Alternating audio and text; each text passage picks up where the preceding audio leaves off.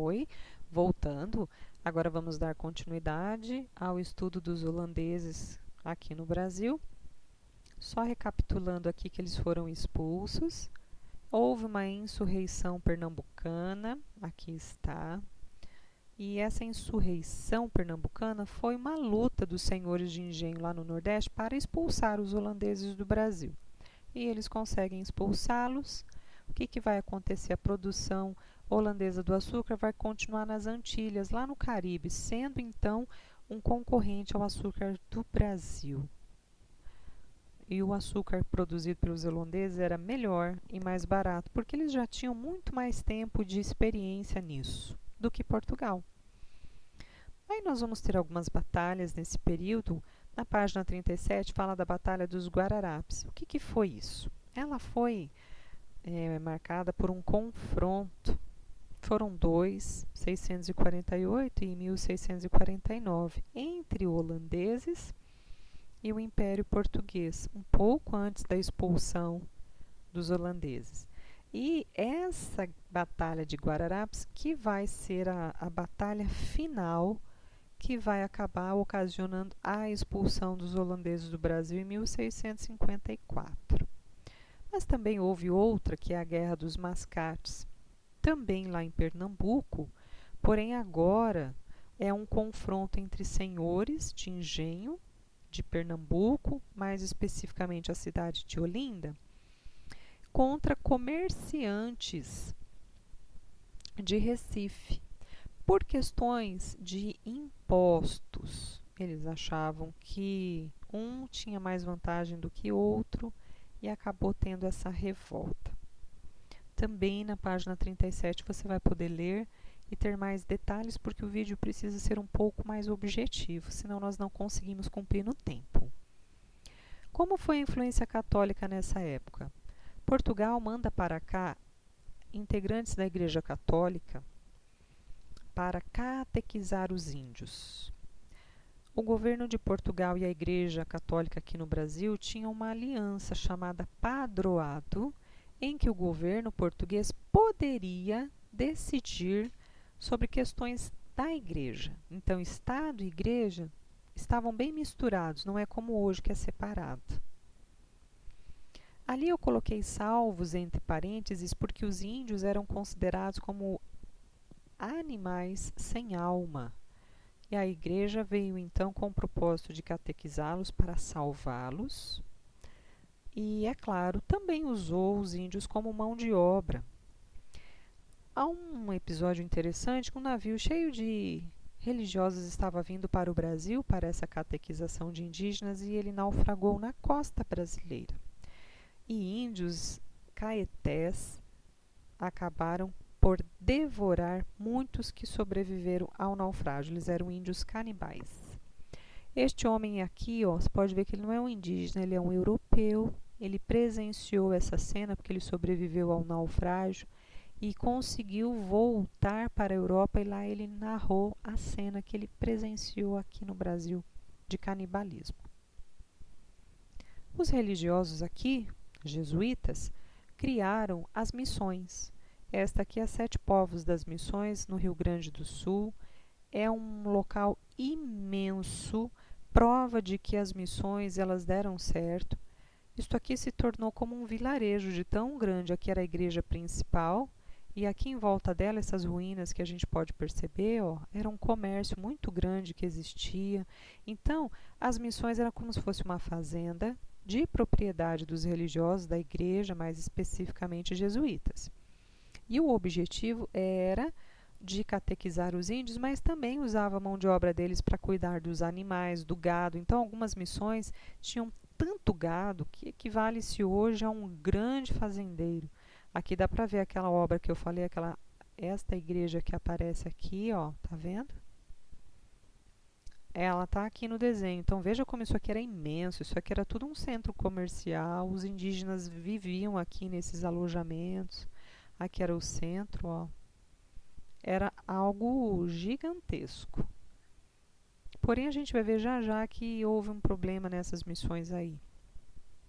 Então, o trabalho dos índios era muito bem-vindo nas missões e isso trouxe riqueza para os religiosos, que também, além da criação do gado, aproveitava a mão de obra indígena para a extração das drogas do sertão, como o guaraná, a pimenta, alguns outros temperos, tá? O cacau. Outra coisa que o livro nos traz é a questão dos bandeirantes. Quem eram os bandeirantes? Os bandeirantes eram homens muito destemidos, aqui tem alguns, olha, pessoas comuns que eram contratadas para entrar Brasil adentro, veja aqui, com a finalidade de ou capturar índios para vendê-los como mão de obra e tomar as suas terras, como também na busca de ouro. E foi assim que se descobriu o ouro lá em Minas Gerais. Aqui eu esqueci de explicar as guerras justas. A igreja não permitia que os índios fossem capturados e vendidos como objetos, até porque eles tinham interesse em ter os índios sob sua guarda nas missões. Então, o governo português disse que havia uma possibilidade do bandeirante capturar o indígena na eminência de um ataque indígena. Então, olha aqui essa cena, um índio atacando o bandeirante, ele poderia se defender. Mas é óbvio que na maioria das vezes os bandeirantes forjavam que foram atacados por índios. Ah, vamos fazer de conta que eles nos atacaram para que a gente possa defender o fato de termos capturado os índios. Muito bem, aqui mostra para vocês os tipos de ação dos bandeirantes. Então haviam bandeiras de caça ao índio, de busca de ouro para a mineração e também sertanismo de contrato, que era a captação de terras, tá? Para comércio. Vamos dar continuidade então, comentando aqui que haviam então as entradas e bandeiras, tá? As entradas eram buscas de ouro. Olha aqui que interessante. Os bandeirantes não poderiam levar alimentos para sobreviver por muito tempo quando achavam ouro num local. Então, o que aconteciam? Tinham as entradas, que eram pessoas que viajavam em canoas levando alimentos, medicamentos, até onde os bandeirantes estavam alojados, olha, explorando minas de ouro, tá? Isso aqui se chamavam entradas. Entradas, e tem um outro nome também, mas eu não vou pôr aqui para não confundi-los, porque o nosso autor não trata, tá? Mas basicamente é isso, era um trabalho muito difícil, passavam muito tempo fora de casa. Bom, e também havia nesse momento aqui já a exploração da mão de obra indígena e, além da indígena, a africana. Com os africanos sendo torturados e explorados, muitos fugiam para a mata adentro. Aqui eu coloquei um desenho para tentar mostrar para vocês a organização de um quilombo. Quando eles fugiam, começou a surgir na mata fechada pequenos grupos de africanos fugitivos e lá eles começavam a formar vilas, começavam a tentar viver independente dos fazendeiros. E algumas cresciam muito, foi o caso do Quilombo de Palmares. As vilas, nesse caso, elas tinham um nome específico, eram quilombos. Bom, e o Quilombo de Palmares foi um dos maiores. O líder era Zumbi de Palmares e ele foi destruído pelo governo português, que mandou o exército para destruir Palmares, e quem lidera essa invasão e destruição foi Domingos Jorge Velho. Ele ganhou muito dinheiro para ter êxito nessa empreitada e de destruir o Quilombo de Palmares. O Quilombo de Palmares era tão grande que ele tinha uma estrutura quase que igual a um império lá na África. Inclusive, Zumbi era visto como o imperador ali na região. Aqui mostra um pouco como que era a vida deles lá. Bom, para finalizar, nós vamos falar um pouquinho sobre os limites impostos na fronteira brasileira por Portugal e por Espanha, porque Portugal e Espanha estavam dividiram, né, o território ali da América do Sul. Então veja, os nossos vizinhos hoje que falam espanhol, Bolívia, Paraguai, Argentina e outros, foram colonizados pela Espanha. E Brasil, Guiana Francesa, não. O Tratado de Utrecht, que foi o primeiro, ele foi assinado então por Portugal e Espanha para definir fronteiras lá no sul, em Sacramento, tá? Então aqui mostra Buenos Aires e a colônia de Sacramento, que era território da Espanha e agora passaria a ser de Portugal. Mas aqui nós temos outros que eu coloquei, olha, em ordem. O Tratado de Utrecht, depois outro Tratado de Utrecht, o Tratado de Madrid.